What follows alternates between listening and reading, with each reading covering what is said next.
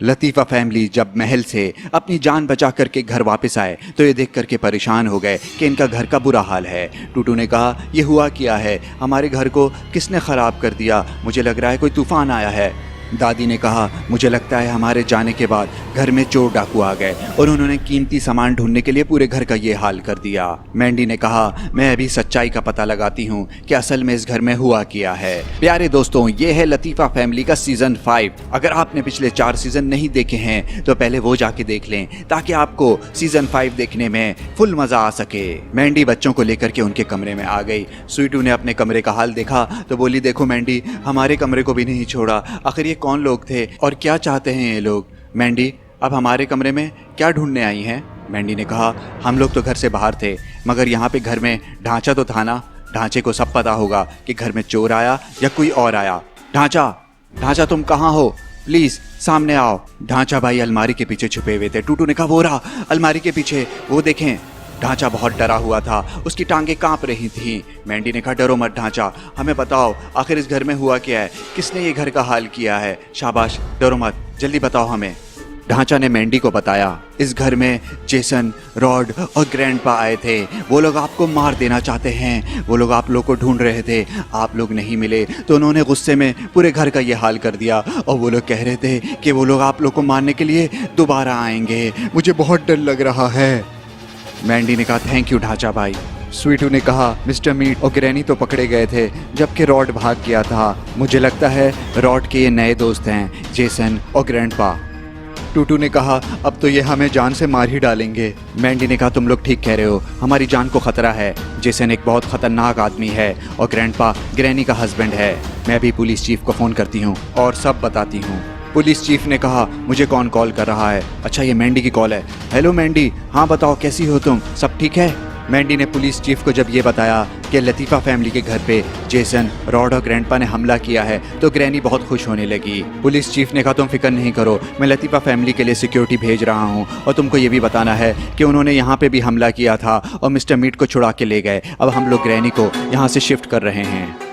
मैंडी ने लतीफ़ा फैमिली को बताया कि हमें ये घर फ़ौरन छोड़ना होगा क्योंकि आप लोगों की जान को ख़तरा है। इस घर में कोई चोर डाकू नहीं बल्कि जेसन, रॉड और ग्रैंडपा आए थे। ये तीनों बहुत ख़तरनाक कातिल हैं और आप लोगों को ये मारने के लिए दोबारा आएंगे। दादा अब्बू ने कहा, इतनी मुश्किल से तो हम चुड़ैल शहज़ादी से बच करके अभी घर पहुँचे हैं, अब हम रात में घर छोड़ करके कहाँ जाएँ?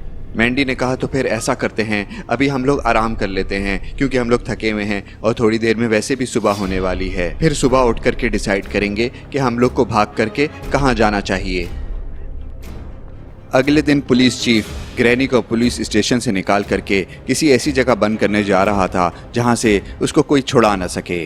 ग्रैनी को बचाने के लिए दोबारा हमला हो सकता था। पुलिस चीफ को बहुत खतरा महसूस हो रहा था। अगले दिन लतीफ़ा फैमिली ने डिसाइड कर लिया था कि वो दादा दादी के फार्म हाउस चले जाएंगे मगर मैंडी नहीं जाएगी। स्वीटू ने कहा, मैंडी आप भी हमारे साथ चले ना, मुझे समझ नहीं आ रहा आप घर में अकेले क्यों रुक रही हैं, कहीं ऐसा ना हो कि जेसन, रॉड और ग्रैंडपा फिर आ जाएं और आपको कोई नुकसान पहुंचा दें। मैंडी ने कहा, डरने की कोई बात नहीं है, मैं एक पुलिस ऑफिसर हूँ और वैसे भी पुलिस चीफ ने 4-5 पुलिस वाले मेरी हिफाजत के लिए भेज दिए हैं। मुझे लगता है कि रॉड, ग्रैंडपा और जेसन तुम लोग को मारने के लिए दोबारा हमला करेंगे और जब वो आएंगे तब मैं रेडी रहूंगी उनको पकड़ने के लिए।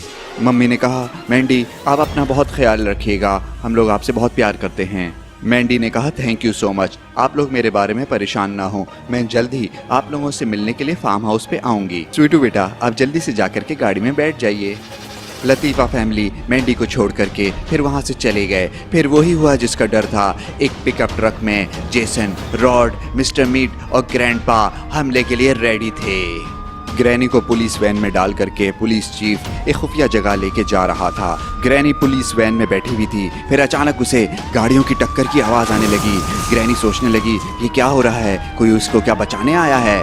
ग्रैनी का अंदाज़ा बिल्कुल ठीक था। ग्रैंडपा पुलिस की गाड़ियों पर फायर कर रहा था। ये लोग लतीफ़ा फैमिली के पीछे नहीं बल्कि पुलिस चीफ के पीछे थे। पुलिस चीफ ने कहा, अरे गाड़ी तेज भगाओ, पीछे ग्रैंडपा आ गया है, पहले ही हमारी 2 गाड़ियों को टक्कर मार के उन्होंने तबाह कर दिया है। पुलिस वैन ने आगे 2 पुलिस की गाड़ियों को ओवरटेक किया और आगे चली गई तेजी से, और पीछे 2 पुलिस की गाड़ियां ग्रैंडपा की वैन को रोकने की पूरी कोशिश कर रही थी। मगर ग्रैंडपा रुकने वाला नहीं था, वो हर सूरत में ग्रैनी को आजाद करके रहेगा। दोनों पुलिस की गाड़ियों ने अपनी स्पीड स्लो कर दी थी ताकि पुलिस वैन आगे निकल जाए। फिर ग्रैंडपा ने गाड़ियों पे फायर करना शुरू कर दिया। एक पुलिस की गाड़ी पे आग लग गई और दूसरी गाड़ी को उन्होंने टक्कर मार के उसको भी साइड में कर दिया। अब सिर्फ पुलिस वैन बची थी। पुलिस चीफ ने कहा, हम काफी आगे आ गए हैं, भगाओ भगाओ, वो पीछे आ रहे हैं। पुलिस वैन के ड्राइवर ने डर के बोला, सर आगे रास्ता बंद है, सामने ट्रेन आने वाली है, अब हम कहाँ जाएंगे? सामने से एक बहुत लंबी माल गाड़ी आ रही थी। सामने एक बैरियर भी लगा हुआ था ताकि कोई गाड़ी आगे ना जा सके। ग्रैंडपा ने भी सामने से आती हुई ट्रेन को देख लिया। ग्रैंडपा ने रॉड को बोला, शाबाश, तेज चलाओ, आगे रास्ता बंद होने जा रहा है, अब वो लोग कहीं नहीं भाग सकेंगे। रॉड ने कहा, बेफिक्र हो जाओ ग्रैंडपा, आज तो तुम्हारी ग्रैनी को हम बचा ही लेंगे। पुलिस चीफ ने कहा, गाड़ी और तेज भगाओ, रुकना मत, हम ट्रेन से पहले आगे निकल जाएंगे। ड्राइवर ने कहा, ओके सर, या तो हम आगे निकल जाएंगे या ऊपर निकल जाएंगे। पुलिस वैन की ट्रेन से टक्कर होने जा रही थी, मगर बैरियर को तोड़ते हुए पुलिस वैन बच के निकलने में कामयाब हो गई। मगर ग्रैंडपा की गाड़ी वहीं के वहीं रुक गई। ग्रैंडपा गुस्से में चीख रहा था और माल गाड़ी पे फायरिंग कर रहा था, मगर फायदा कुछ नहीं था। ये बहुत बड़ी ट्रेन थी जो रुकने का नाम ही नहीं ले रही थी, चलती जा रही थी। पुलिस चीफ की किस्मत अच्छी थी, इसलिए वो ट्रेन से बच करके निकलने में कामयाब हो गया। जबकि ग्रैंडपा गुस्से में चीख रहा था। उसने बोला, मुझे पुलिस सायरन की आवाज आ रही है, रॉड अब यहाँ से गाड़ी भगाओ, तुम्हें तो गाड़ी चलाना ही नहीं आती, बहुत ही बेकार ड्राइवर हो।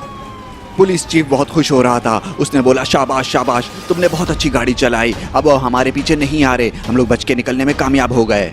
पुलिस ड्राइवर ने बोला, थैंक यू सर, मैंने तो हिम्मत हार दी थी, बस आप ही ने मुझे हिम्मत दिलाई।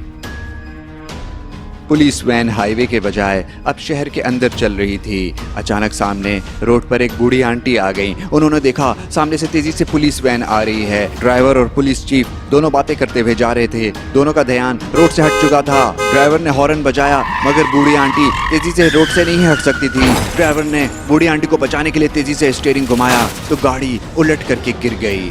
बूढ़ी आंटी को गुस्सा आ गया। उन्होंने बोला, गाड़ी चलाने नहीं आती, अभी मुझे भरी जवानी में ये लोग मार डालते। फिर वो बूढ़ी आंटी किसी को देख करके डर गई। वैन का पीछे का दरवाजा टूट चुका था और ग्रैनी चकराई हुई वैन से बाहर आ रही थी। ग्रैनी बोल रही थी, कौन पागल गाड़ी चला रहा था, गाड़ी चलाने नहीं आती। अरे ये क्या, वैन का दरवाजा टूट गया, मैं आजाद हो गई क्या? या मैं ख्वाब देख रही हूँ? अरे ये कौन है मेरे सामने? बूढ़ी आंटी ने कहा, प्लीज मुझे जाने दो, मुझे कुछ नहीं कहना, मैं तो यहाँ से जा रही थी, मगर ग्रैनी को बहुत भूख लग रही थी, बहुत टाइम हो गया था कि उसने किसी को नहीं खाया था, और फिर उसने बूढ़ी आंटी को मार डाला। ग्रैनी ने बूढ़ी आंटी का खून पी करके अपनी प्यास बुझा ली। ग्रैनी ने इधर उधर देखा और फिर वहां से फौरन से भाग गई। पुलिस वैन में आग लग चुकी थी और अभी तक पुलिस चीफ और पुलिस ड्राइवर अंदर ही थे।